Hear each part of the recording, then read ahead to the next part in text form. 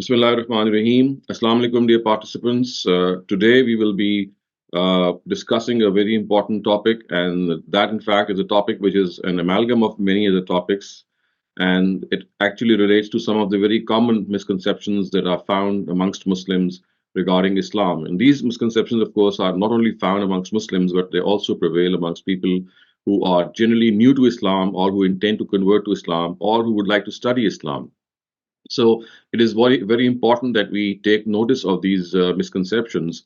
And if you ask me, one of the basic reasons why misconceptions arise regarding religion, especially Islam, the fact is in this regard that mostly there are misinterpretations done in regarding the verses of the Quran, or at times our hadiths are not interpreted in their context, and at other times, what happens is that cultural influences they infringe upon religious understandings, and they get the better of that religious understanding. So the best way to learn religion is to first unlearn it. The biggest form of learning, as scholars have said, is to unlearn something. It's the most difficult thing because you have preconceived notions, you have information which drives you. But it is very important that you always revisit the information that you have, recheck it, and reevaluate it, especially if important questions arise. So I have selected six major misconceptions that I will try to dispel today, and we have been discussing them over a period of time in various other sessions as well. But this is a recap to those as well. And I have selected actually three areas from which these misconceptions will be selected. And as far as this selection is concerned, they will be they'll portray the fact that as far as religion is concerned, as far as the understanding of religion is concerned, this is something which has to come from the original sources. In all formats, in all situations, we have to be extremely critical and extremely careful as well at the same time, because what happens is that when we are looking at various interpretations of religion, we are almost most of the time not verifying these interpretations from their original sources. So the three regions or the three areas I have selected, they relate to three separate topics, in fact, and the misconceptions are many, many. I mean, it's not just they are confined to the one that I'm discussing, but as I said, these are some of the common and major misconceptions that plague our society. So we're going to discuss two misconceptions from gender issues. We're going to discuss two from political and the warfare law of Islam. This is the second topic. And thirdly, we'll discuss some of the misconceptions which relate to fine arts. So as you can see, that each of these three areas, we will discuss two from each of these areas, notwithstanding the fact that obviously there are several other misconceptions, but we can safely say that these are some of the important ones. So the first one that we're going to discuss is the age-old issue of slavery, which is mentioned in the Quran. And as a result of its mention, what has happened is that people think that Islam gives sanction to slavery and slave women. And even today, when there is a war and you are able to, during that war, you are able to conquer the enemy. In that case, it's perfectly okay if you make slave women, you take slave women, and you have intimate relations with them. And this is the view of the majority. However, if we look at the Quran, we'll find that this is in direct contradiction to what the Quran has said. And it's not at just a one single place, but it has a total approach which the Quran has overall regarding Muslims and the believers in this matter. So, to start off this whole debate and discussion, we need to understand that slavery was something which Islam inherited. It existed in pagan times. In the days of Jahiliyyah, the pre Islamic times, slavery was there, and scores of slaves lived, their generations lived in various families, and like grandmother, and then the son and the grandchildren. This was like a whole generation living with a few families, and they would do household chores. And yes, they would have very little rights. They were sold and bought in markets. They were like commodities. So there is one thing which Islam actually did at the very start. And before I mention that, I would like to allude to this fact that as far as the source of slavery is concerned, the source of slavery, there were primarily two sources of slavery in pre-Islamic times. One of them, and the major source, were the wars which were fought. So typically, a person or an army which would win a war would enslave men and women from the warring enemy. This was considered as a legitimate thing in those times. And the second source of slavery was that people would go to slave markets and they would buy and sell slaves. So these were the two sources. And in fact, people who would be made slaves through these wars would at times be kept for your own use, and they at times would be sold in these slave markets. So, for practical purposes, for all practical purposes, we can say that in fact there was a the major source of slavery in those times was these wars, and as a result of these wars, people who fought with one another, they thought that it was their right to enslave members of the warring army. So let's see what the Quran did at the very outset. Because of the fact that slavery had become a very integral part of the Arab society, an immediate order or an immediate directive of abrogating slavery would have resulted in chaos because there were scores and scores of slaves. They were untrained people. They would have caused a huge economic loss to the society they would be living in because they would have turned to beggary and they would have had no skills. And women, especially, would have opened up various prostitute dens because that was primarily what they would do for their masters as well. And as a result, this would have caused a lot of mess in the society. So, what religion did was, or what Islam did was, that it adopted a gradual way to eliminate slavery. And as far as new slaves were concerned, it put an immediate stop to it at the very outset. So, very early surah of the Quran of the Medinian period has said that no new slave can be made. So, obviously, in the Maccan period, there were no wars, so there was no question of any slave of a new slave being made. So, as soon as it became imminent that there would be wars when the Prophet had shifted to Medina, the first directive that was revealed in regarding slavery was in Surah Muhammad, which said that you have to release slaves. You just cannot enslave them if you catch them in a war. You can imprison them for some war crime that they might have done, but they have to be released at all costs. So the words used by the Quran are imma mannam imma fida'an, which means that you either release them on ransom or you release a slave that you or a person that you've caught in a war without any charges. So you just cannot keep that person with you as a slave. So this, in effect, put an end to the induction of new slaves because that was the only way in which slavery could have been sustained. That new slaves were not allowed because all wars which were to be fought for them, the directive was that if you catch someone, they could be imprisoned for their war crimes or punished or whatever penalty that you might impose on them, but you could not enslave them. So this, as I said, put an end to any new induction of slaves. Now, what remained were the slaves which already existed in the society. These slaves which already existed in the society, of course, we know they were scores and scores in number, and an immediate order of their emancipation, as I said, would have resulted in a lot of chaos. So Islam adopted a very gradual policy, a very gradual sequence of emancipation, so that these slaves were, on the one hand, would be trained to become responsible individuals, and on the other hand, as far as the notion of keeping slaves is also given this reform, and people are made to realize that they just cannot own human beings as commodities.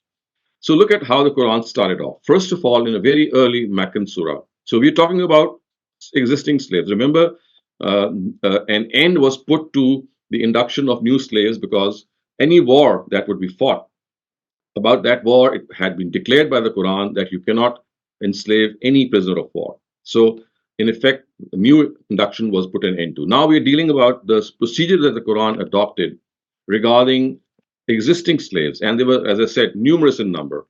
So the first thing it did was that it made an appeal, and the words which we find are being used in the Quran are fakku rakaba, which means release the necks, release the necks.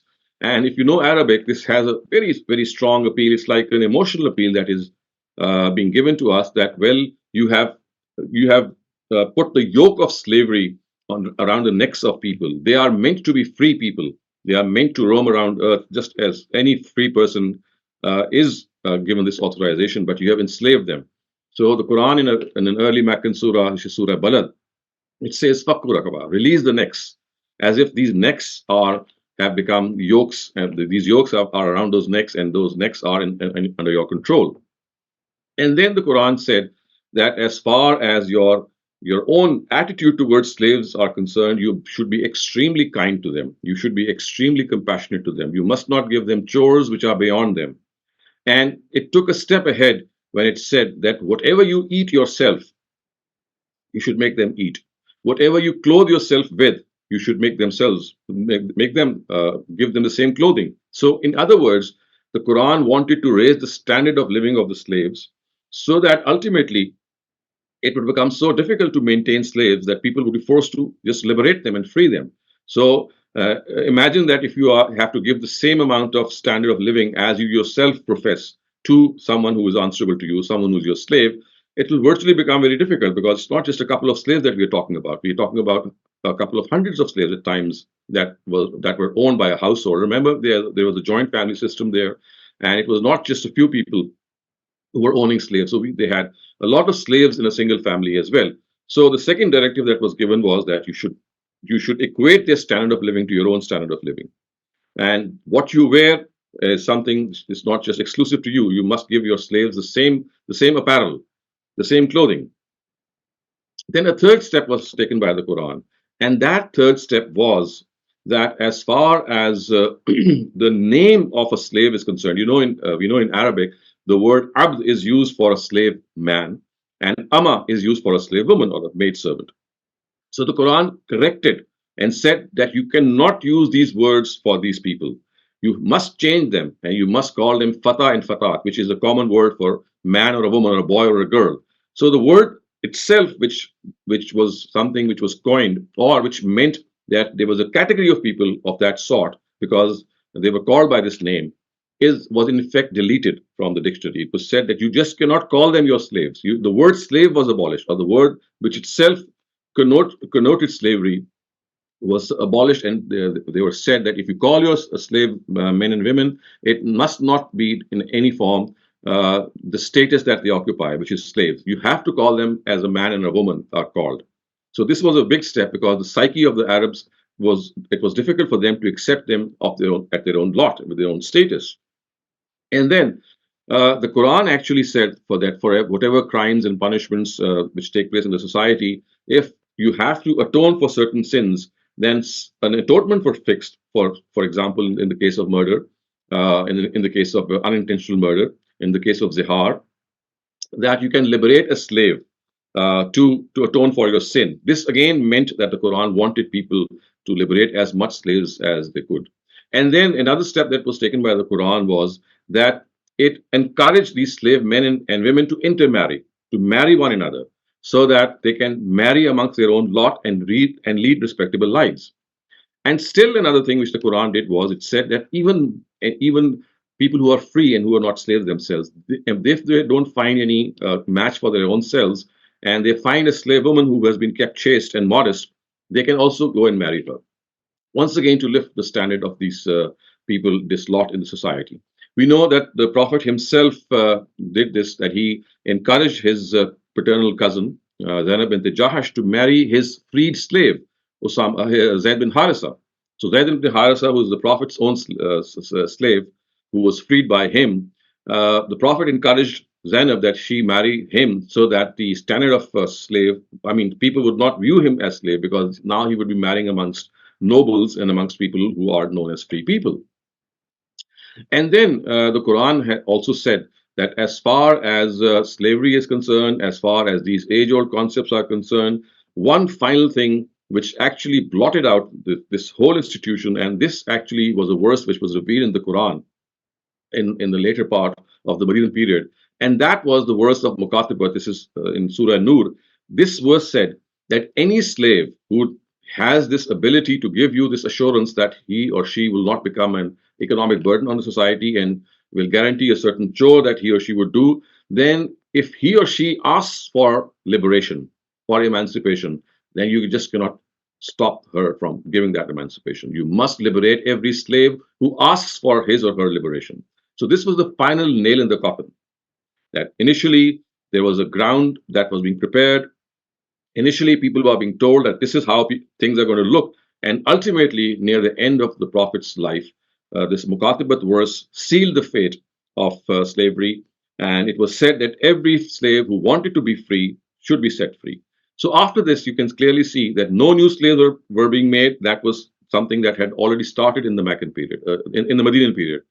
And as far as the slaves which existed were concerned, these gradual reforms to change the psyche of people and to make them realize that you just cannot slave human beings, these steps were taken. And as you can see, the final step that was taken in this regard was that a slave, once he or she would demand emancipation or liberation, you could not stop him or her from getting that liberation or emancipation if he or she would guarantee a certain amount of money or chore.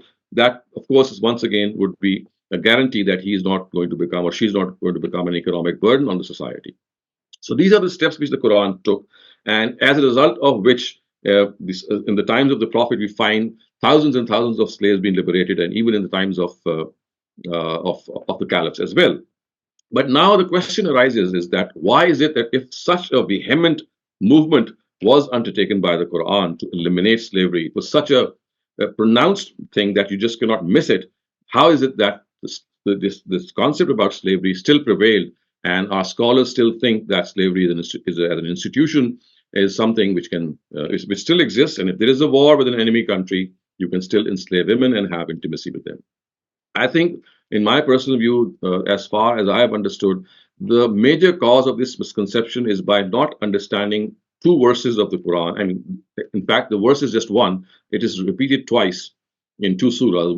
Once it is said in Surah Mu'minun, which is the 23rd surah of the Quran, and second, it is the same words are repeated in Surah Ma'arij, which is the 70th surah of the Quran. And these words and they are basically portraying the qualities of a believer. And while portraying these qualities, the Quran says that believers are those who do not engage in out of wedlock sex, except illa ala azwajihim aw ma malakat aymanuhum, except with their wives or with their slave women.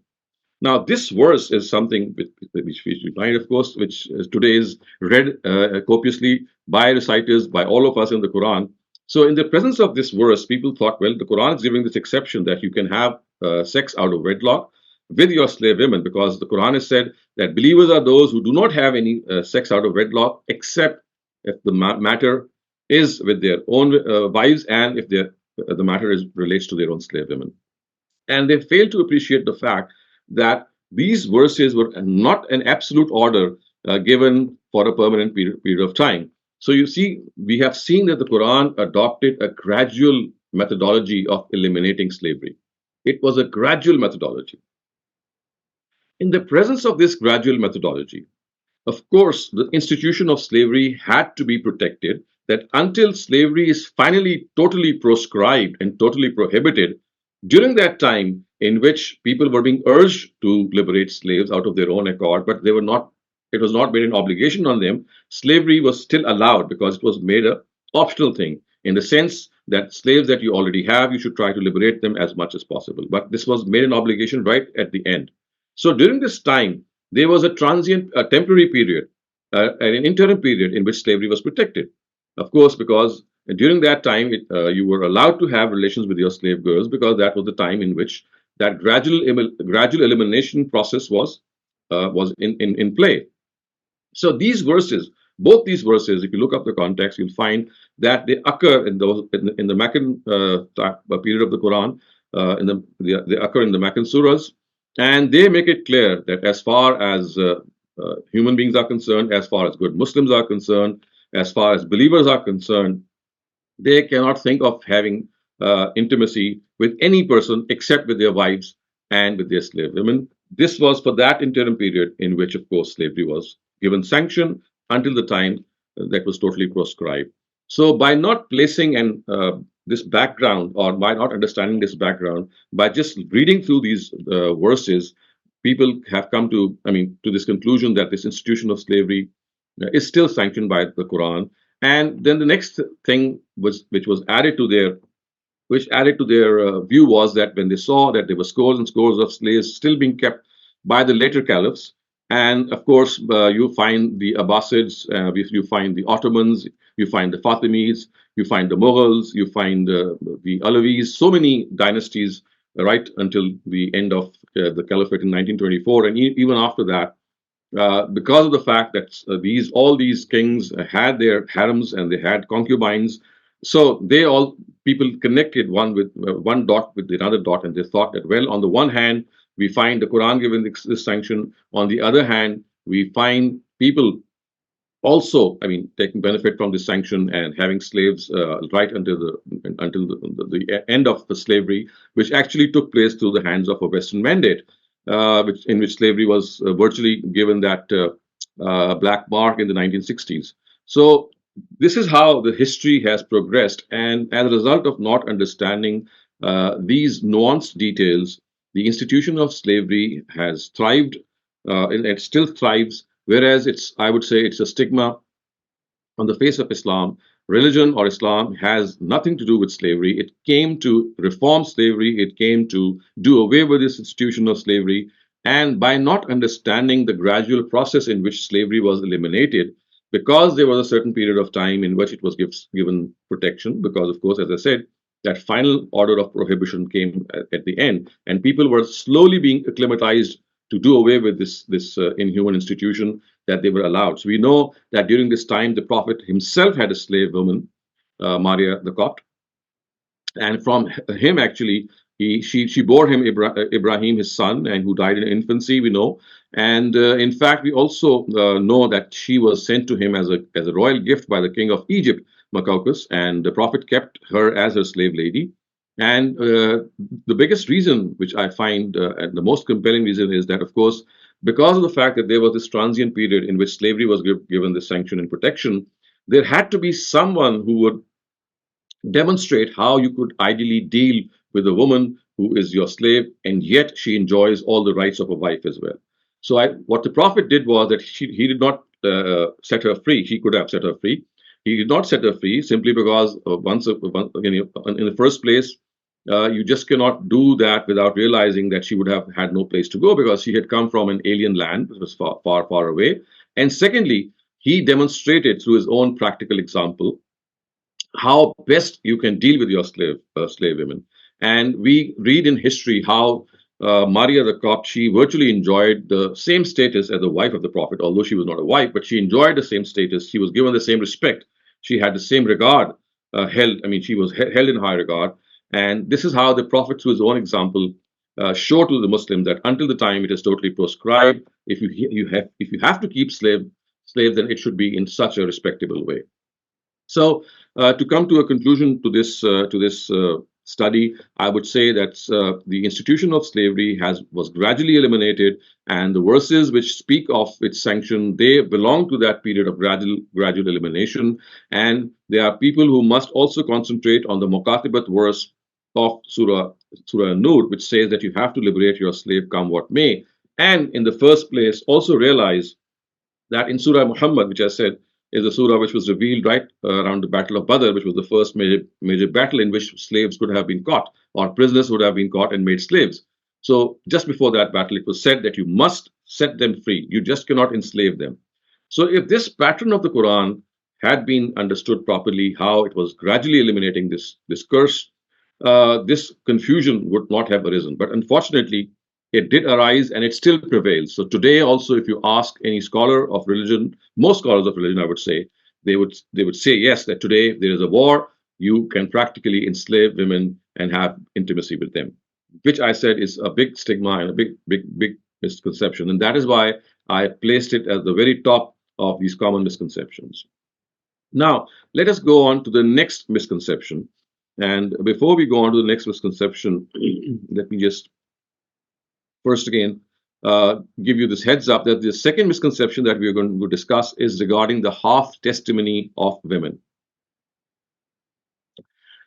As far as this half testimony of women is concerned, now this is something which is also a very grave misconception, and this is especially true when you think that a woman, for example, if she witnesses a crime and she reports that crime and she is the only witness to that crime, according to our Sharia law, or maybe I could amend my words by saying according to our fiqh, because Sharia is what God has revealed. So fiqh is our understanding of that Sharia. So according to our jurists, according to our people who have understood this Quranic verse, they say that a woman's testimony is not admissible in matters of crime in any case. So any crimes that she sees, she is not, and I mean, she witnesses that crime alone. She would not be uh, regarded to be an admissible witness to that, unless there is another woman who is there to be a witness alongside her, and that is also in certain cases. Otherwise, as far as the hudud punishments are concerned, the testimony of women is simply unacceptable. And this is what the majority view is. In other words, if, for example, I mean, let me give you a very extreme example. If a woman herself is raped and she is the only witness, and she is able to testify that, well, I was raped, and more than that, if there is a DNA report, there's a report which the medical report which confirms this episode of rape. Our jurists don't accept this witness. I mean, they think that DNA reports or these camera evidences, they are insufficient proof, and at the same time, because she herself is the only person reporting. In fact, let me just clarify this also, that this issue of two women equaling one man is mostly related to documentary evidence. Regarding evidence in crimes is concerned, it is totally inadmissible, and our jurists think that women cannot be made a witness in any criminal offense, and if there is a woman there, then her witness will not be acceptable. So now let's come to the crux of the matter, that where exactly has this misconception arisen from. So there is a verse in Surah Baqarah, which is verse 282, which says that if you borrow money for a certain period of time, then you must write down that borrowed amount and make witnesses and call on witnesses on that borrowed amount, so that it should not become a cause of any dispute later on. And during this whole verse, at one instance, the Quran says that over that document that you write between the borrower and the lender, between the borrower and the lender, if because so that it should become a very, very effective document, it should not just be confined to two people writing a document or a deed. We should have an external testimony as well. We should have witnesses as well. So it is said that two men should be called upon as witnesses to the document that you have drawn, the document of loan. Remember, we're talking about a loan. And at that instance, the Quran says if two men are not available to you, and there's just one man available to you, then the Quran on that occasion remarks that instead of that one man which is not available, you can take two women as witnesses. And from here has arisen this misconception that the witness or the evidence of a woman is half that of a man. Now, the things, as I said, they keep piling up, and they come one after the other. They cause a lot of confusion if you don't look at the context of the verse. First and foremost, you have to realize that the verse is not addressing a court of law, is not addressing a judge or a jurist and telling him that if a case comes to you and witnesses are presented before you, then this is how you should proceed with the case. This is not how the words begin, or the verse begins. So the verse begins by addressing common Muslims. Ya ayyuhallazina amanu iza tadayantum bidaynin ila ajalin musamma faktubuhu, which means that, oh believers, when you acquire a loan for a particular period of time, write it down. And then later it is said that you call in witnesses over that loan document. So basically, it is to safeguard that loan document that men and women of those society were addressed, and they were said that in order to document that, or in order to strengthen that document, you should call witnesses. And because it was generally thought that in the Arab society, women, I mean, they're not used to this kind of task in which you would have to go and testify before a judge. This has caused a little anxiety in them and a worry in them. So as a very sound advice, it is said that if you are not able to find two men, then instead of dragging your own maybe wife or your daughter or single, anyone who's from your fraternity, just don't take them alone. Take along with them another female, so that if one of them in any way is anxious or worried or gives a testimony in a jumbled or a fumbled way, the other can correct her. So you can clearly see, first of all, that this is an advice which is given to the society. Of course, the society is a society which is has many layers, which has it's not a homogeneous society, it's a heterogeneous society, and societies evolve as well. Women always don't remain the same. Not everyone who's going to fall prey to any anxiety or worry. It was given in a society in which this could happen. So it was like a precautionary measure which was given to the peer or to the people of those times, that if you call in witnesses, then it is better that you take your male members of the family for that loan document. Why would you drag your female members? And if you need to do so, then let another female accompany her, so that if she gets confused, someone can correct her. So this, in effect, which would mean that, first of all, that it is an advice which is given to people who take upon themselves to write such a document. It's not something which relates to criminal law. So the cardinal mistake which has been made by our jurists in this regard is that the documentary evidence, or the verse which relates to documentary evidence, has been made an analogy for circumstantial evidence. For example, a crime being committed, that's a circumstantial evidence. So in a documentary evidence, what happens is that you choose the witnesses. And I choose the witness because I am writing a document and I have my choice. But in the case of a crime, I don't have a choice. I mean, anyone who's a witness to that crime is going to be a witness. So a law which is made on the basis, or a verse which relates to documentary evidence, can never be regarded as analogous to circumstantial evidence because of the fundamental difference of the two. In one, you select the witnesses. In the other, whoever is present on the scene of the crime is the witness. So the mistake which has been done by our jurists is that they have read a verse which relates to documentary evidence, and they have extrapolated it. By analogy, they have extended it to criminal scenes as well. Because, I mean, this is something which the Quran has never even discussed anywhere. It has just discussed a documentary piece of evidence.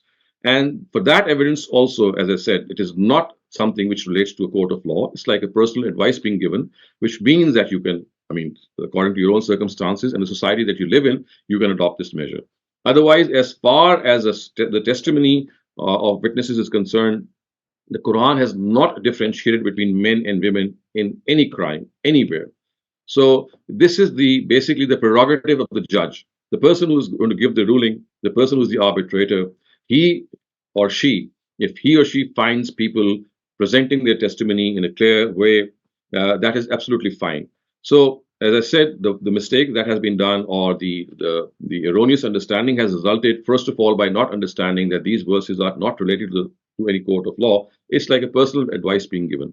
And secondly, in this matter, the advice is just confined to documentary evidence, just to documentary evidence, which means that you are writing something down between two parties.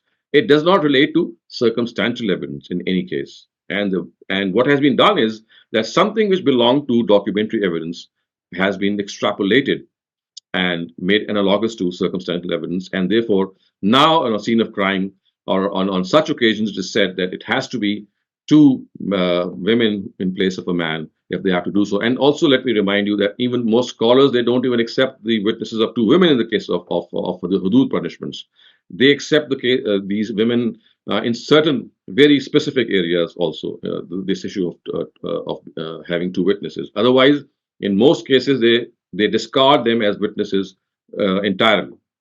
And this is, as I said, has arisen because of not understanding this Quranic verse. Secondly, if you also reflect on that verse, look at what the verse says. The verse says that if one of them forgets, the other might remind them. Antadilla ihdahuma fatuzakkira ihdahuma al-ukhra. If one of them forgets, the other one reminds her. So in effect, there's just one witness, because the first one has forgotten. The one who is now reinforcing the first one is basically the real person. And so in effect, that reminder does not make witnesses two. I mean, the witness is still one, because the person who is actually reminded was the real witness, because she knew that what the right words were, and she reminded the first woman, and she, of course, corrected herself.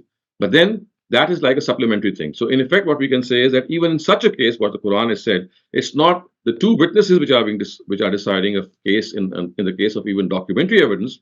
It's just one woman actually, because the first one has already forgotten. So this is also a very subtle point that has to be understood.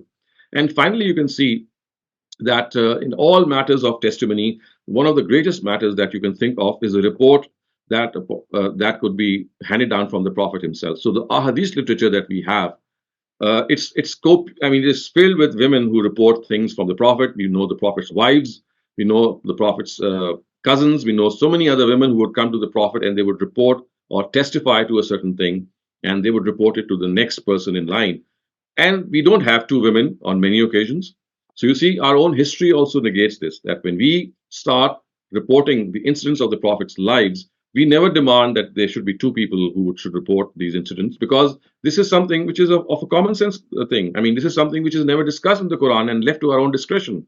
So we have never asked for two women to testify to a certain hadith, and only then it will be acceptable.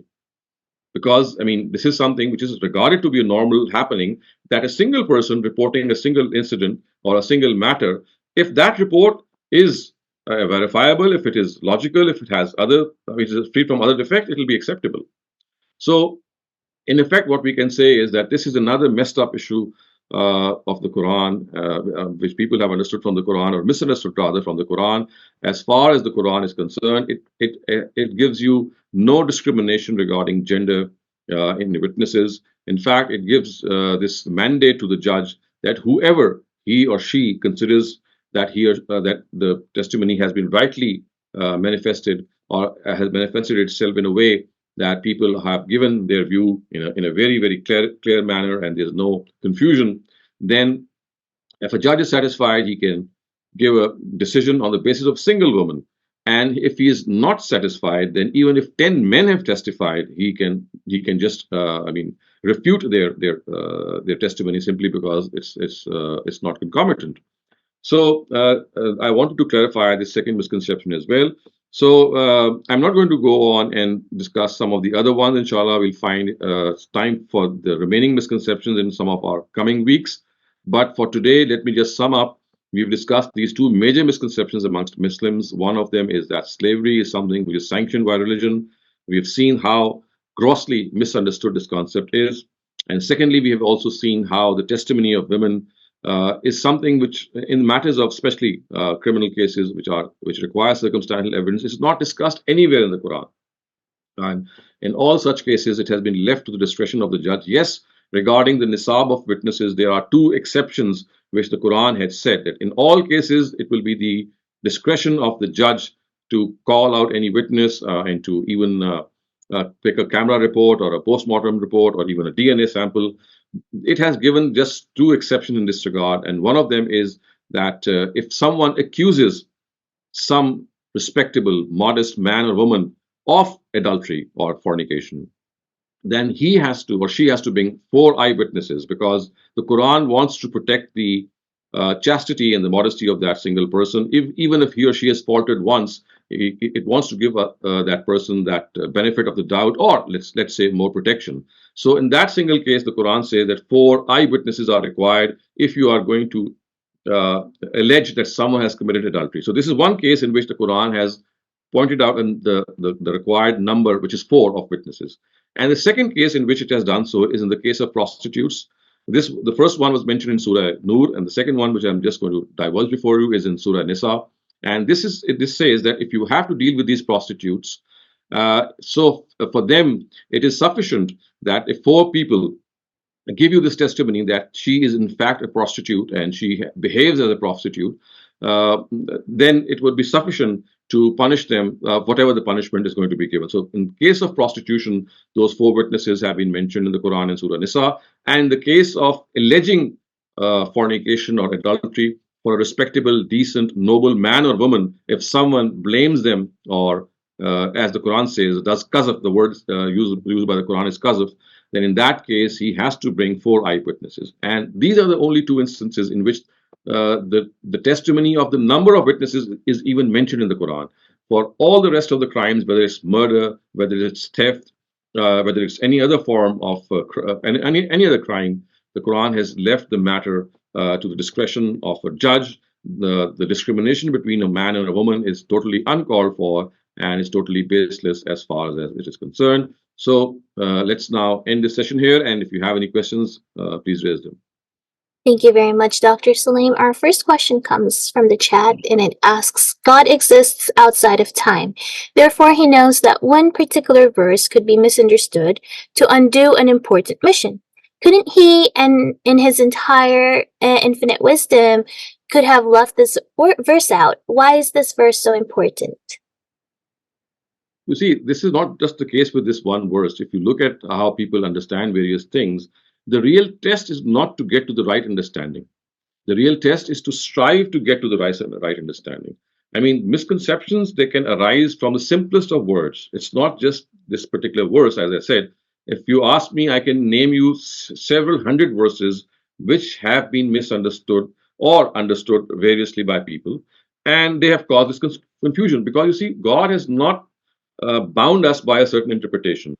It has not sent down the interpretation of his scripture. All that he has done is he has given you the scripture, he has given you the Quran, and he's asked you to be competent people who understand the Quran the way it should be understood.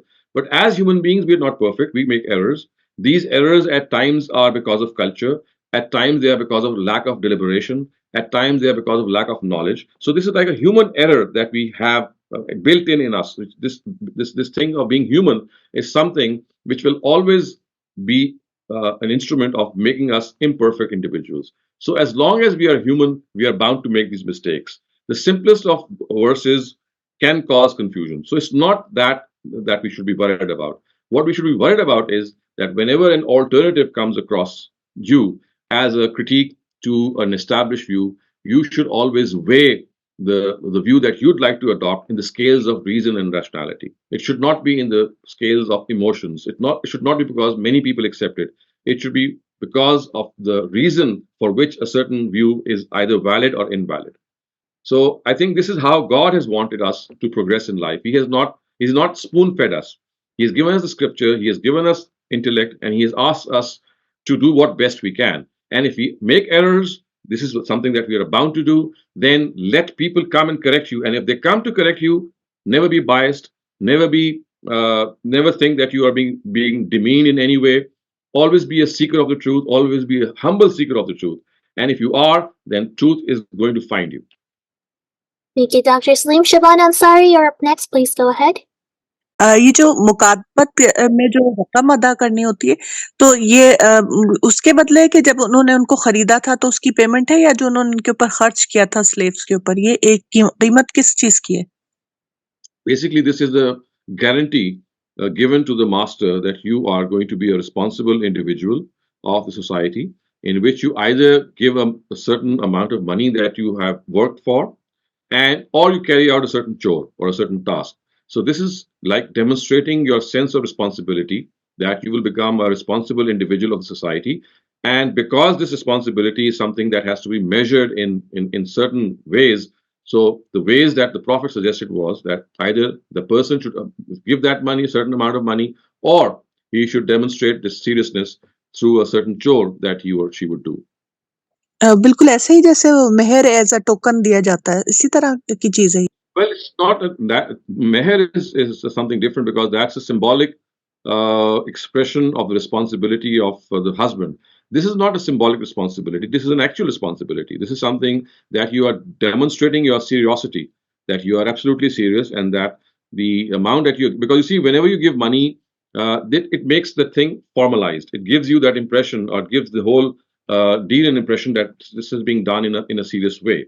So it's not just money, as I said. It could be a certain chore. It could be a certain task that was assigned to you. So it's basically measuring your responsibility as an individual in the society. Okay, thank you. Quran Nashur, you're up next. Please go ahead. Assalamu alaikum wa rahmatullahi wa barakatuh. Sir, my question is about, there's a verse in Surah Nisa, I believe it's the 25th verse, where Allah says that you can, if you capture slave women, even if they are married, you can still marry them. And I was a bit confused about why that would be allowed, because they were already married. Where exactly is that? I think it was the 25th verse of Surah Nisa. Verse. And whoever among you cannot find the means to marry free believing women, then he may marry from those whom your right hand possesses of believing Right. slave girls, and Allah is Right. most knowing about your faith. Right, correct. So You that is something that I already mentioned. So the Quran is actually telling us that instead of marrying free women, I mean, who are already there, if any in any case or in any situation you find a slave woman who has been kept chaste, who is modest, I mean, who has a good character, then you need not insist that you will only marry from amongst free women. You can even marry a slave girl. And that is why the Quran has subsequently said, "Fankihuhunna bi-izni ahlihinna," that you marry them by the permission of their masters. So it's not about if you capture women in No, no, war. certainly not. No, no, no, no, that's not the case.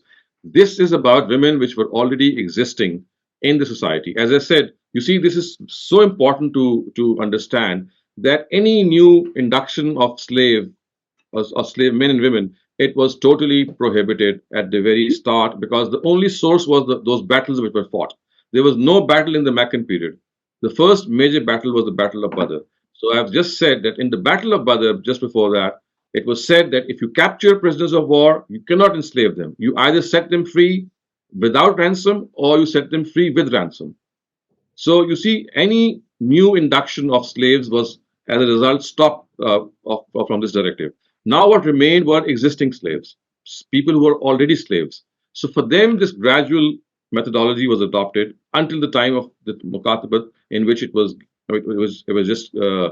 I mean, given this, the slaves were given this authority that if they wanted to become free, then no one could stop them. Okay, that clears up a lot of things. Thank you very much. Thank you, Dr. Saleem. In regards to slaves, we have another question in the chat that asks, does slave Maria fit the timeline when new slaves could be acquired? And in parentheses, they write not prohibited. So remember, the new slaves, the source of these new slaves was, if the source was the war, then it could not have been done. So she was not given to the Prophet because of a war. She was gifted to him by the king of Egypt. So this was like a gift, a royal gift. So acquiring a new slave was prohibited in case of war only. So she was already a slave. Remember, she was not, I mean, converted into a slave. She was already a slave who belonged to the king of Egypt, and he sent her over to him.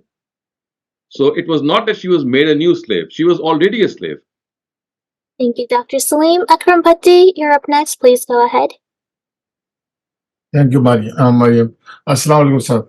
Sir, my question is also about Hazrat Maria radhiyallahu anha. I read a couple of different contradicting statements about them.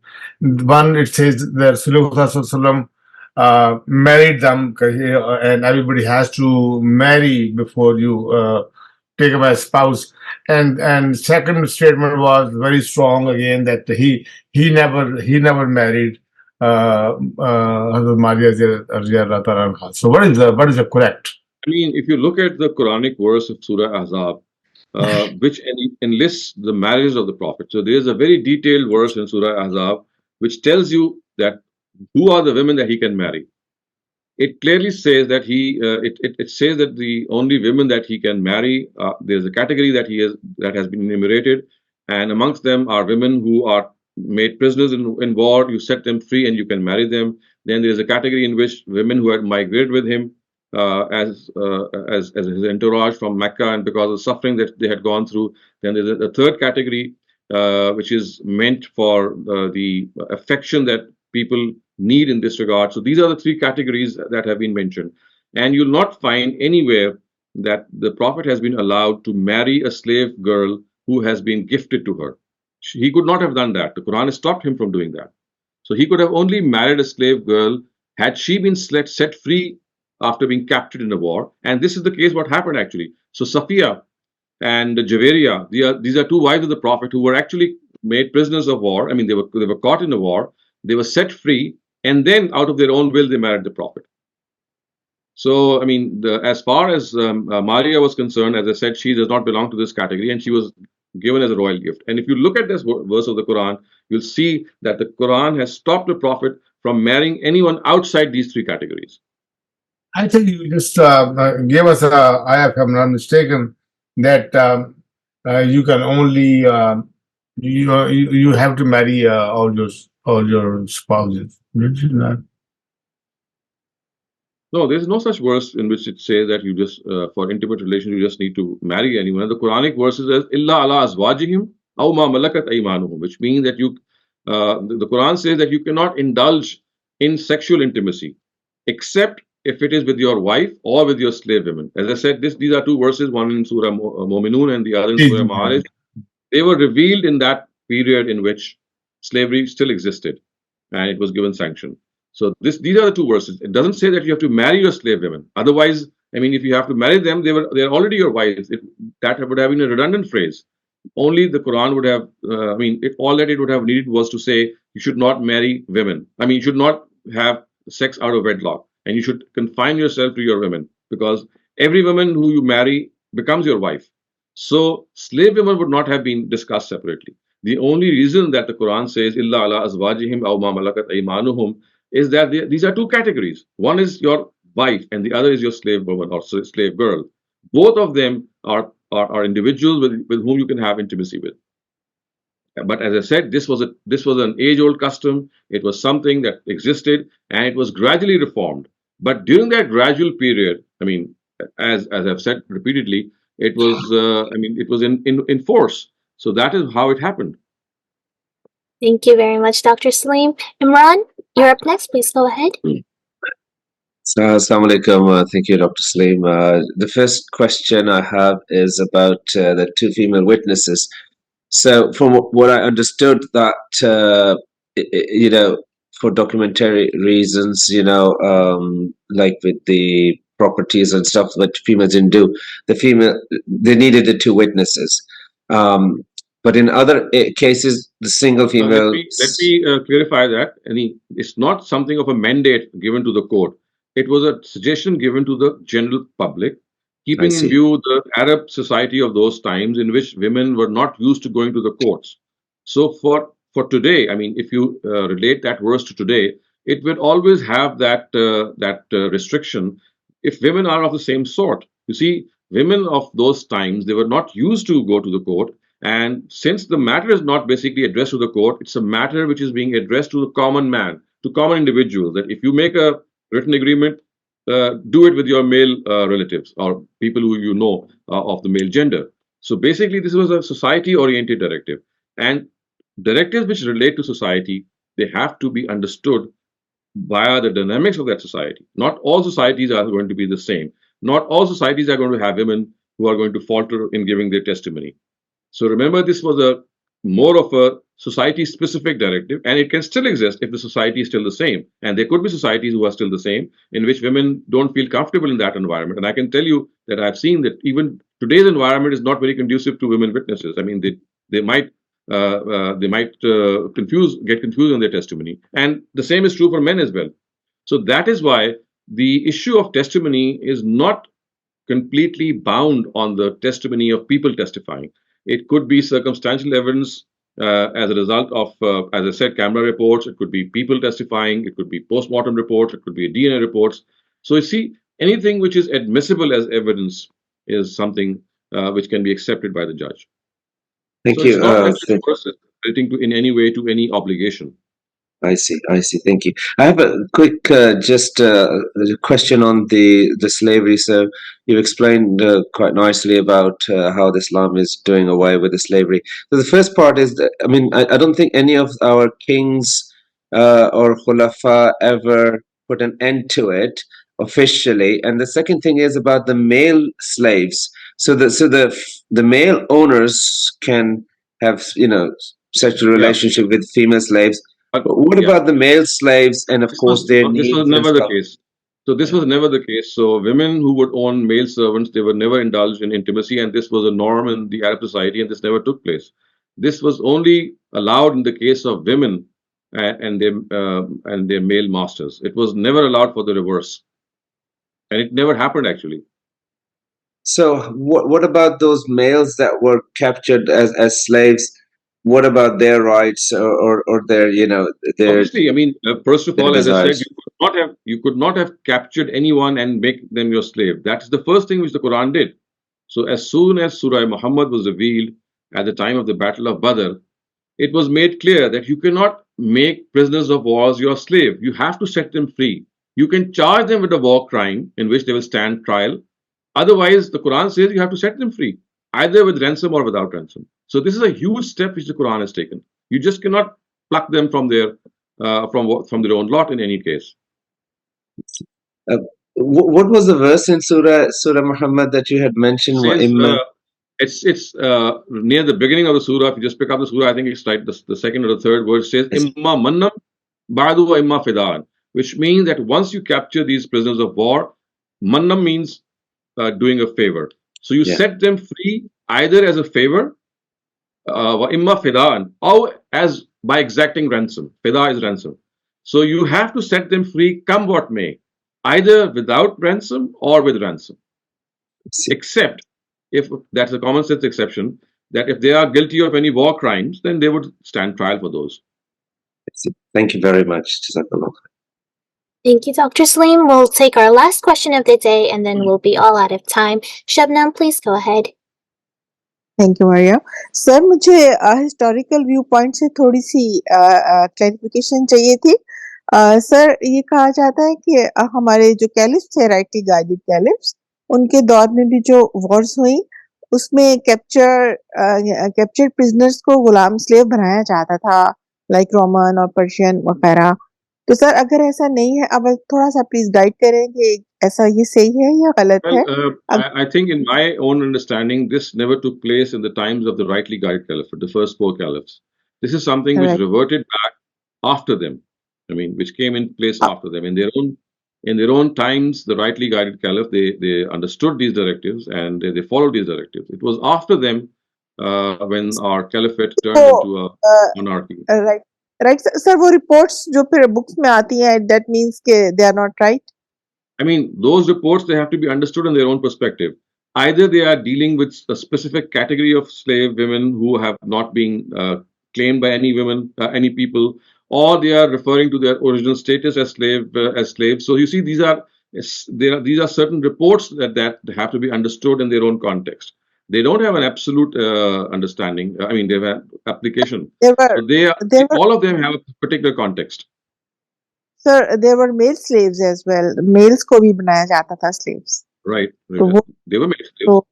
I mean, as I said, just as females were made slaves, males were also made slaves. But this was something which was, as I said, to the best of my understanding, it had reverted back after the rightly guided caliphate. In the times of the Prophet and his immediate successors, this was not the case.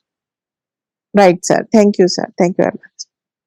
Thank you very much, Dr. Saleem. That was all the time that we had for today.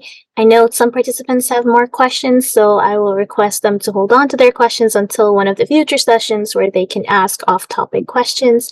Until then, thank you for clarifying those misconceptions that are very rampant in the Islamic community and those who are trying to learn about Islam. And thanks for all the participants who came here today to attend the session live. And thank you, Dr. Saleem, once again. Inshallah, see you next week.